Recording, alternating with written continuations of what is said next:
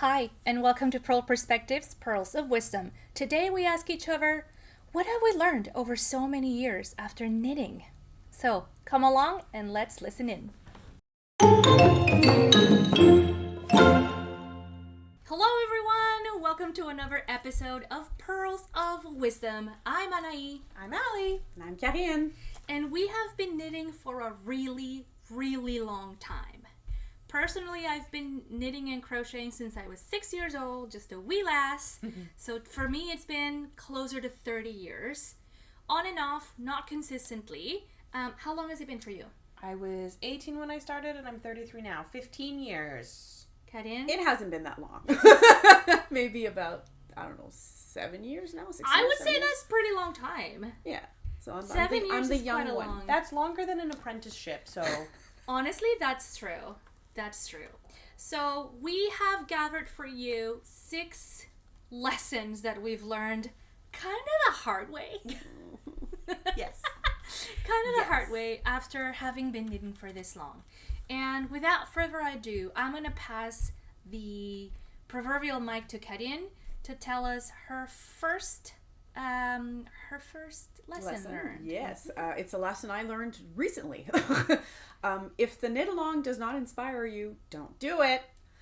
The reason I say this is because I partook in a knit along that started 3 years ago. What was it? The Musselburgh. A bunch of us were together and we decided to just cast on the needles. It sounded like a very fun project, but I think for me, what I learned is I just have FOMO. I felt like if I don't do it, somehow I will be left out or I'll miss part of the experience. But the project wasn't that enticing to me. It looks great. Just wasn't for me. Like there was nothing wrong with the project. I think it just wasn't for me. So the lesson I learned is maybe, if the reason you're doing it is just because you're scared you're going to be left behind, maybe don't do it. There are other projects out there that might inspire you more. There is a little caveat about it though, is if the only reason you don't want to do the knit along is because you think your skills are not up to the task, I would say do it anyway. You may make mistakes, but you're going to learn. You can do it. Yeah. You can do it. So do it if that's your only reason not why you wouldn't want to do it, I would say you should still do it. That was lesson number 1. That's a good lesson. Life is way too short to make something you don't want to make. Yeah. Don't do it. Have you fallen for this before? Yes. The Stephen West Mystery Knit Along Shawl of 2022. Yeah. After 2 years of sitting, I did ultimately frog it. Yeah. I just wasn't inspired by it. That's happened to me with Stephen West too. But listen, I'm a sucker for a mystery. I'm still glad that I tried it. I didn't want to finish it, so I didn't. I've learned to wait until at least the second or the third clue comes out before casting it on, because if you don't like the design elements, you're not going to want to finish it. See, I had no mystery. I knew exactly what I was doing. Well, I did finish it though, and then I gave it away yeah. to someone who's not in the city, so I don't have to see it again. Like, do you feel like you regret having done it? Not regret. I think I regret making the decision to do it. Does that make sense? Yes. Like, just again, there's nothing wrong with the project. It just didn't inspire me. Therefore, all my thought was I could do something else, but I'm doing this instead. Yeah. And I really wanted to finish it. So it took me 3 years, but we got there. And I knit 10 sweaters in between. Wow. That's impressive. That is very impressive. So you know it now. If the knit along is not to your taste, you're not missing out, babe. Just don't do it. Yep. Just hang out with your friends while they knit on it. That's right. And knit on something else. You don't have to get on the bus if it's not going to your desired destination. Mm-hmm. Good point. Good point. Allie, Yes. give us some wisdom. Your first sock isn't actually your first sock. And by that, I mean, when you decide to level up your skills and you want to learn something new, like, for example, how to make socks, do not plan that the first thing you knit will actually be a sock you put on your foot. It's not going to be. You're learning all sorts of new skills, all sorts of new stitches, It's going to be wonky. The fit's not going to be right. Instead, give yourself the grace to have the space to like learn and understand and build that up, knowing full well that the first sock that you knit isn't actually the first sock you put on your foot. The second sock and the third sock, that's your first pair. Because in doing that, in giving yourself the space to like grow and understand and learn, you're not setting yourself up for failure. Because if your first sock, you try to put it on your foot and it's like way too narrow, you're not going to want to make the second one. You're not. You're going to flame out and you're going to hate it and you're going to be frustrated and it's going to be 10 years before you try it again. So if you say the first sock is the test piece, then you get to the end of it, you've learned what you needed to, you've made the mistakes you've made, and then your second sock is actually the first one you wear, and you're going to be much more likely to complete your project, your pair. I really like this approach because it's sort of like the pancakes. Yeah, exactly. The first pancake is a throwaway pancake. Everybody knows it. You're just, calibrating the pan. Yep. No one expects the first pancake to be the pretty, fluffy pancake. Exactly. I don't know. Mine is always fine. Okay. I mean, it's not perfect though. But Must be nice. hey, it took me years to get there. But that's it, right? Experience. But yeah, and you can use that. You can actually use that lesson for any project. The first sweater I knit, there's no way I would wear it, but it taught me how to make a sweater. Mm-hmm. Right there, you go. So, the first sock is not the first sock. It's not. I like that. Yeah. What about you? What's a hard-fought lesson you've gotten? I need to constantly tell this to myself, like actually tell it to me in my mind. Annie, you're a loose knitter. Stop kidding yourself. I don't know why I continue to do this, but I see a pattern, I look at the gauge, I look at what needles it requires, what size of yarn it requires, and I say, yep, I can use those exact same parameters and I'm going to end up with the right size. No, I will not. I will not. I know that I'm a newsletter. A newsletter? Woo! That went south real fast. A loose knitter. I know that I'm a loose knitter. So I really should be taking my own gauge that I've learned over the years, that I've measured time and again, and I know that I should be adjusting for it before I pick yarn and needle sizes and an actual size if it's a grommet for my projects. Mm-hmm. I don't like to swatch. That's just a given, but I know because I'm a loose stitcher, I need to go down at least one full size needle. Yep. Okay. If I want to achieve the gauge that's on the pattern or close to the pattern. If I'm really not sure, I really should get over myself and just make a gauge swatch. So I'm telling you, do as I say, not as I do. But I hope you can learn from this too, because I know that gauge is such a contentious topic because people don't want to make a swatch. But the reality is everybody's tension is a little bit different, and we should not be taking the pattern gauge at its word. Well, I do that too. I am a notoriously tight knitter, and I have to go up a needle size almost universally. And once you start making patterns from designers, more like specific designers, for example, more regularly, and you get to understand their gauge, you can say, oh, I'm making an Andrea Mowry pattern. I have to go up 2 needle sizes because that's how my gauge fits her patterns. Mm-hmm. You learn that with time and experience. Yeah, you do. And I think the important value here that I'd like to give you is just because you're not meeting gauge, it doesn't mean you're wrong. Mm-hmm. Yeah. It means that you're not accommodating for your own personal tension.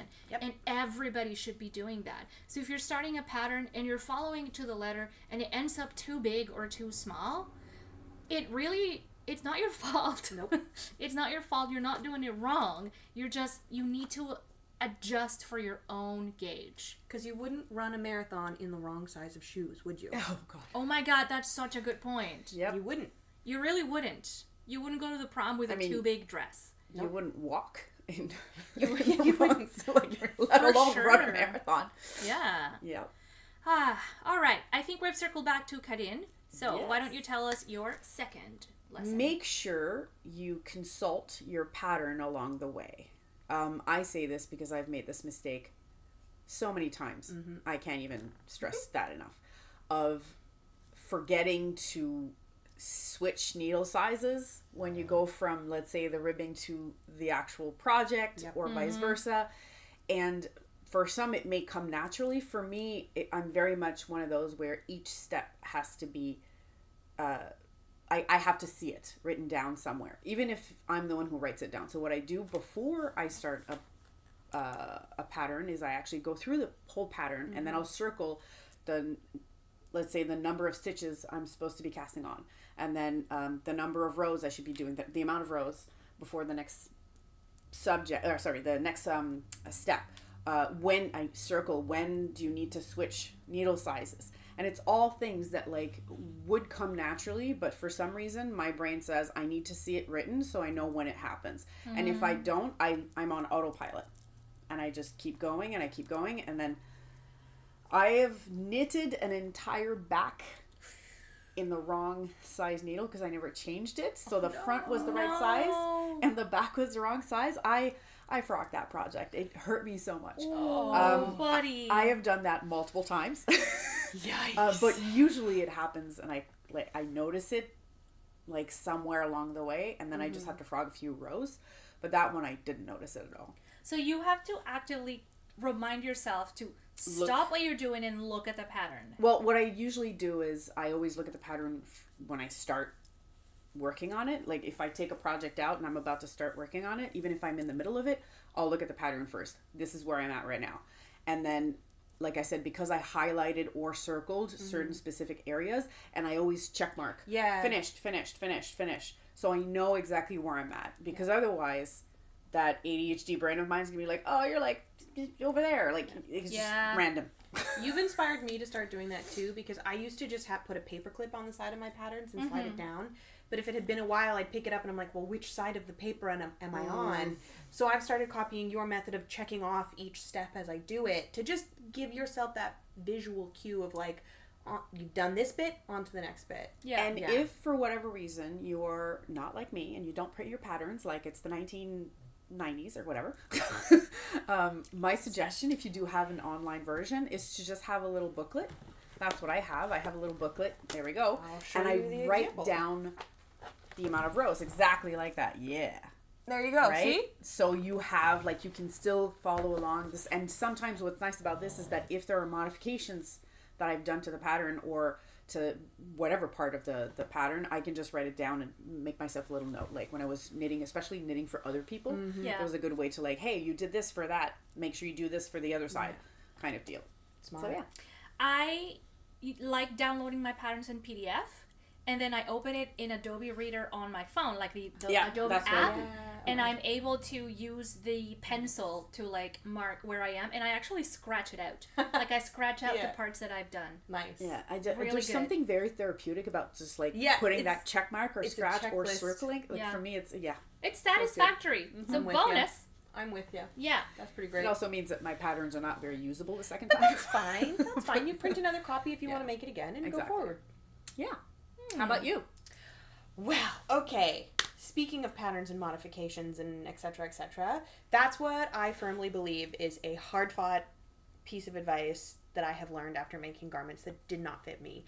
Don't be afraid to put modifications into a pattern, especially if you're knitting a garment for yourself. 9 times out of 10, the body of the designer is not the same body shape you have. And maybe it's just in terms of height or width of shoulders or whatever. So if you knit a pattern perfectly to a T, there's no guarantee that it's actually going to fit your body the way you need it to. So don't be afraid to try different things like adding length, shortening sleeves, modifying waists and hips. For example, as a person whose body is shaped like this, I almost always put A-line shaping into my garments so that the hem is bigger than the chest circumference, especially since a lot of patterns are designed to be a tube from the chest downwards, like straight down. That doesn't fit my body. So I put in some extra increases and I increase, so like say for example, I knit the size 4 in the top. Well, when I separate for the sleeves and I start to do the body, I increase out to the numbers for size 5. And then I end up with a garment that actually fits me. Because if you have a garment that fits you properly, you're much more likely to pull it out of the closet and put it on and wear it regularly. If it fits you not so great, it's just going to sit on the shelf. And it's not worth it for how much time and energy you put into making it. It's totally true. Yeah. And sometimes it's just the proportions of the person. Like you said, you're sexy Dorito. I'm more of sexy banana. And so usually when patterns are like peplum or they have a lot of like waist shaping, I don't need that because my torso is very even on the edges. It's pretty straight up and down. So if I want the shaping, I have to think about modifying it to my own body so that it actually flares out where my torso flares out, which is not at the waist, it's at the hip. Yeah. Right? Yeah. So I think that's very fair. A lot of us are scared to do modifications because we're like, oh, I'm not a designer. I could never possibly. Yeah, that's me. And what's that's the where worst I'm that at. could happen, though? You just rip it out and you start again? No, I'll tell you what the worst thing that could happen. You make a thing from start to finish and it doesn't freaking fit you. Then you have a gift to give somebody else. Yeah. But I think the disappointment That's is fair. very Okay, much there. that's fair. Like, if Yeah. you refuse to modify, then get ready to give away. And just, you know, maybe the shift in mindset is more just thinking of a pattern as a recipe. Right? So That's- true. Leave room for some changes and alterations as you go through and some in-the-moment decisions. That's why I Maybe. do enjoy the patterns that sometimes tell you, like, oh, knit until you reach this or the size that you want. For me, the one Agreed. modification I don't mind doing because I need it is the length of the Yes. torso, because I Yeah. have a longer torso, so I tend to like go longer than what they ask. Mm-hmm. But it's the only one I feel comfortable doing because it's relatively easy. That's fair. So- That's fair. One last lesson learned for all of you from me. All of us. And this is a biggie. Mm-hmm. And I'm going to hold your hands while I say this. Time does not equal progress. Time does not equal progress. I'm really sorry to be the bearer of bad news. But just because I've been knitting for 30 years, it doesn't mean I'm gonna get good at making complicated knitted things. I spent 20 of my 30 years of knitting and crocheting making rectangles, circles, making like little crochet balls and animals. Like, I didn't start making a garment until probably 7 years ago. Yep. Same.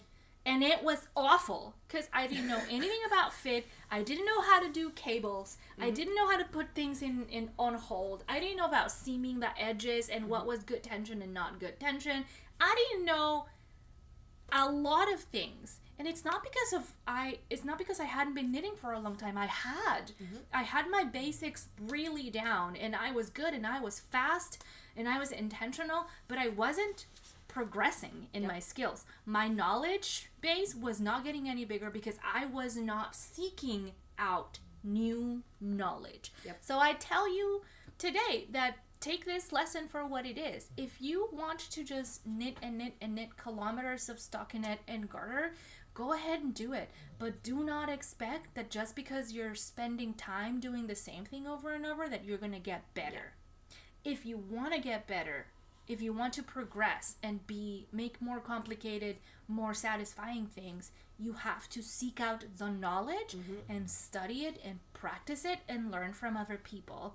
Otherwise, you're just sitting here doing the same thing over and over. You have to be willing to make mistakes. Yes. I think that's, for a lot of people, that's the fear, right? The second you're out of your comfort zone, there's that fear of, I'm taking risks, I could make mistakes, I'd have to frog it. So what? It goes back to what I said about your first sock isn't your first sock. Yeah. And that's okay. You're going to learn from that. Yeah. So hopefully this inspires you to take risks, make mistakes, learn from your mistakes, and hopefully you can pass along some lessons to other makers, just like we're passing it along to you. So let us know in the comment what big lessons have you learned over your time knitting, crocheting, crafting, and making any other art that you do. We would love to hear it, and we'll see you again for another Pearls of Wisdom very soon. Bye. Bye.